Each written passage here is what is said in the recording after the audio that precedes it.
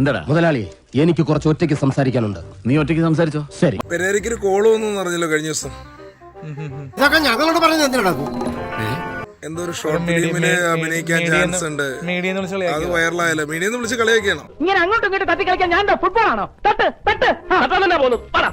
ഒരു നല്ലൊരു പേയ്മെന്റ്, ഒരു 3000-4000 രൂപ പേയ്മെന്റ് കിട്ടുന്നുണ്ട്. കിട്ടുന്നില്ലെന്നല്ല, പാവങ്ങളല്ലേ, അത്രയൊക്കെ കാണുള്ളൂ. 85,000 രൂപ ഫീസ് പറഞ്ഞെന്ന് വെച്ചാൽ നമുക്ക് നിലവിലൊരു നിശ്ചിത എമൗണ്ട് പറയണമല്ലോ. കാരണം ലാലേട്ടനും മമ്മൂക്കയ്ക്കും ദിലീപേട്ടനും വരെ സാലറി ഉണ്ട്. അതെ, നീ ഒരു കാര്യം മനസ്സിലാക്കണം, ഈ പെട്ടി ഓട്ടോറിക്ഷ എത്ര പെയിന്റ് അടിച്ചാലും BMW ആവൂലട്ടാ.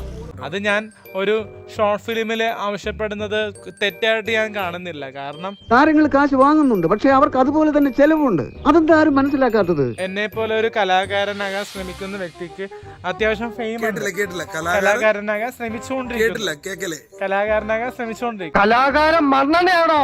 മണ്ണെണ്ണ അത് ഈ ലോകം മുഴുവൻ കത്തി പറയും. മിമിക്രി താരമാണ് ഞാൻ.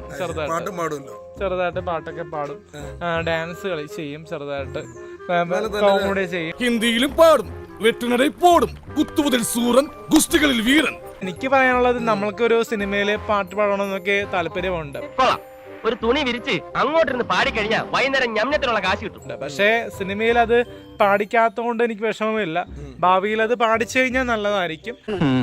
കഴിവുണ്ടായിട്ട് മാത്രം കാര്യമില്ലടാ, കുറെയൊക്കെ ഭാഗ്യം കൂടി വേണം. 85,000 കിട്ടുവാണെങ്കിൽ, കാരണം 85,000 കിട്ടുവാണെങ്കിൽ സന്തോഷമായിരിക്കും. ജീവിക്കാൻ പറ്റും, ഒരു കല്യാണമൊക്കെ കഴിച്ച് നല്ല രീതിയിൽ മുന്നോട്ട് പോകാൻ പറ്റും. നടക്കും, ഒരു ഗതിയില്ലാതെ നീ പെരുവഴി കൂടെ നടക്കും. 85,000 അല്ല, ചിലപ്പോൾ 2 ലക്ഷം വരെ ഞാൻ സിനിമയിൽ മേടിക്കാൻ സാധ്യത. ഓ, എന്നാ പിന്നെ പേടിക്കണ്ട.